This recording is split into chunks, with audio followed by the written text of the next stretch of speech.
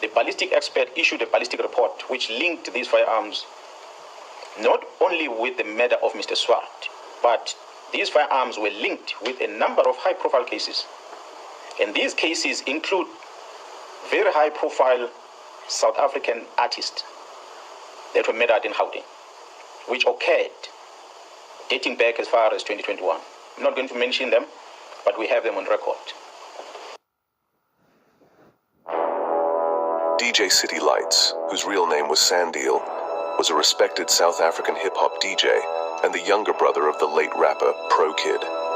He was known for hits like Washa, Vura, and Malambane, and for helping shape the sound of local hip-hop. Tragically, on the morning of the 14th of February 2022, DJ City Lights was shot and killed in Soweto. According to police, he was ambushed by a group of unknown gunmen, believed to be around 8 in number. He was shot multiple times and died at the scene. His death came as another painful blow to his family and fans, especially since he had never fully recovered from the death of his older brother, Pro Kid, in 2018. According to rumors, Sandeel and his accomplices robbed a certain drug lord, leading to this revenge attack. Tulani Heavy Pablo Misimango, a rising rapper and close friend of the late Ricky Rick, who had passed away just a week earlier, was shot and killed on the 3rd of March 2022. The tragic incident occurred at a shopping mall in Sandton, one of Johannesburg's most affluent areas. According to multiple reports, Heavy Pablo was walking through the mall when he was ambushed by unknown gunmen. CCTV footage circulating on social media captured the chilling moment.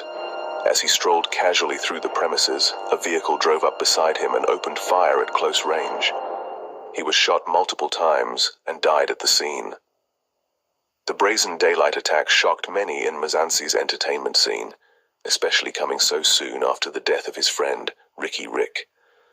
According to rumors, he was one of DJ City Lights' accomplices who robbed a certain drug lord. Hector Ginimbi Buthelezi, widely known as DJ Vintos, was a popular TikTok star from Soweto. Known for his entertaining skits and energetic videos, DJ Vintos had built a large following online and was a well-loved figure in his community. But on the 16th of March 2022, his life was cut short when he was gunned down in Orlando East, Soweto.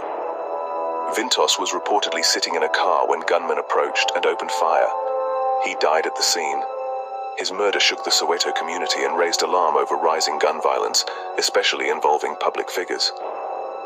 Just days after his shooting, chaos erupted again. Shots were fired at his funeral service at West Park Cemetery.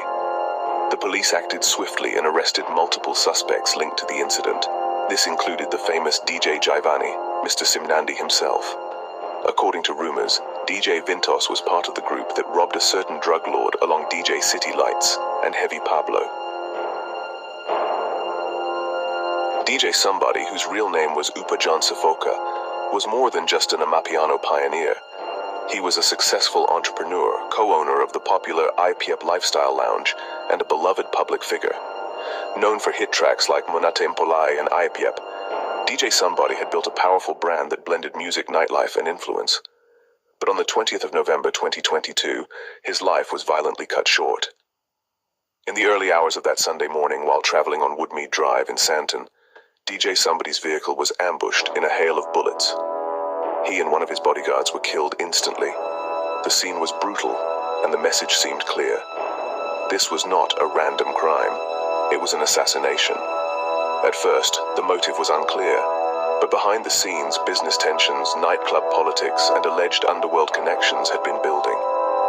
According to later reports and growing speculation, Vusi Cat MATLALA, a known figure with links to the criminal underworld, had a major falling out with DJ Sumbody, allegedly over possible links to a man known as Joe Ferrari.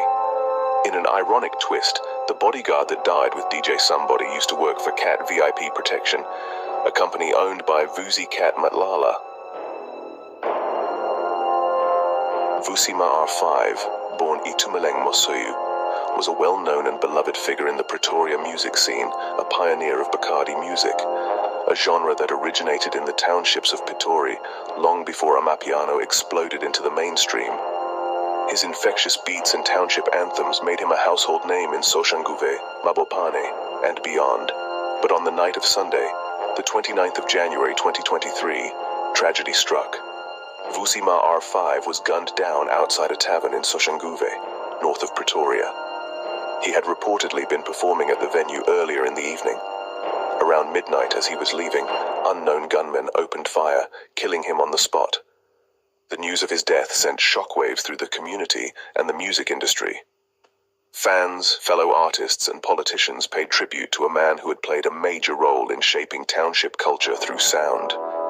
The atmosphere at his funeral in Mabopane on the 4th of February 2023 was one of grief mixed with celebration of his life. Hundreds gathered to bid farewell to the star, whose music had united people and told stories of township life with raw authenticity. According to some rumors, the motive behind the hit is drug-related.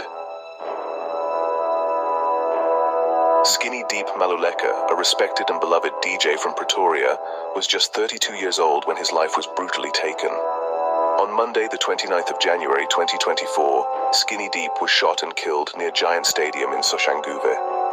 Also on that same day, DJ Vetties, the best friend and longtime collaborator of the late DJ Sumbody, found himself fighting for his life in January 2024 when he was shot multiple times in a shocking attack. The incident left him in critical condition, and he was rushed to hospital where doctors worked to stabilize him. The shooting sent shockwaves across the country, not just because of Vetties' fame, but because it seemed like another chapter in a disturbing trend of violence targeting DJs and entertainers. Peter Mashata was a household name in Mkhwanazi, a celebrated comedian, MC, and DJ, known for his electrifying stage presence and his ability to bring joy to any room. But on the morning of Sunday, the 21st of April 2024, his vibrant life was cut short in a hail of bullets. Mashata had just wrapped up a performance in Soshanguve, where he was seen dancing to Michael Jackson's The Way You Make Me Feel, entertaining a lively crowd with his signature humor and energy. Moments later, as he left the venue in his car, killing him instantly. The scene was chaotic and heartbreaking. For many, it was unthinkable that someone so full of life could be gone so suddenly. Mashata was more than an entertainer. He was a symbol of township pride, a man who used comedy and music to uplift communities and bring people together. His death shocked fans across the country, sparking fresh concern about the rising wave of targeted shootings involving South African entertainers. The string of assassinations involving South African artists like DJ Sumbody, DJ City Lights, Vusima R5, DJ Vintos, DJ Skinny Deep, DJ Peter Mashata, and the attempted hit on DJ Vetties paints a chilling picture of a music industry increasingly marred by violence, suspicion, and tragedy. Many of these artists were not only entertainers but also businessmen, deeply involved in the nightlife economy where the lines between music, money, and power often blur. What's alarming is that instead of DJs sticking to mixing beats and rocking stages, some now appear to be mixing the music industry with underworld dealings, whether willingly or by force. Nightclubs, events, and lifestyle businesses may be profitable, but they also come with ruthless turf wars, protection rackets, and silent threats. And those who stand in the way, or who know too much, often end up silenced. Which raises the question, are these assassinations isolated incidents? Or are they part of a broader web of criminal connections operating beneath the surface of South Africa's entertainment industry? With bodies piling up and no clear answers, the lines between the spotlight and the shadows grow thinner each day. So we have to ask, are our DJs still spinning tracks or are they spinning into danger?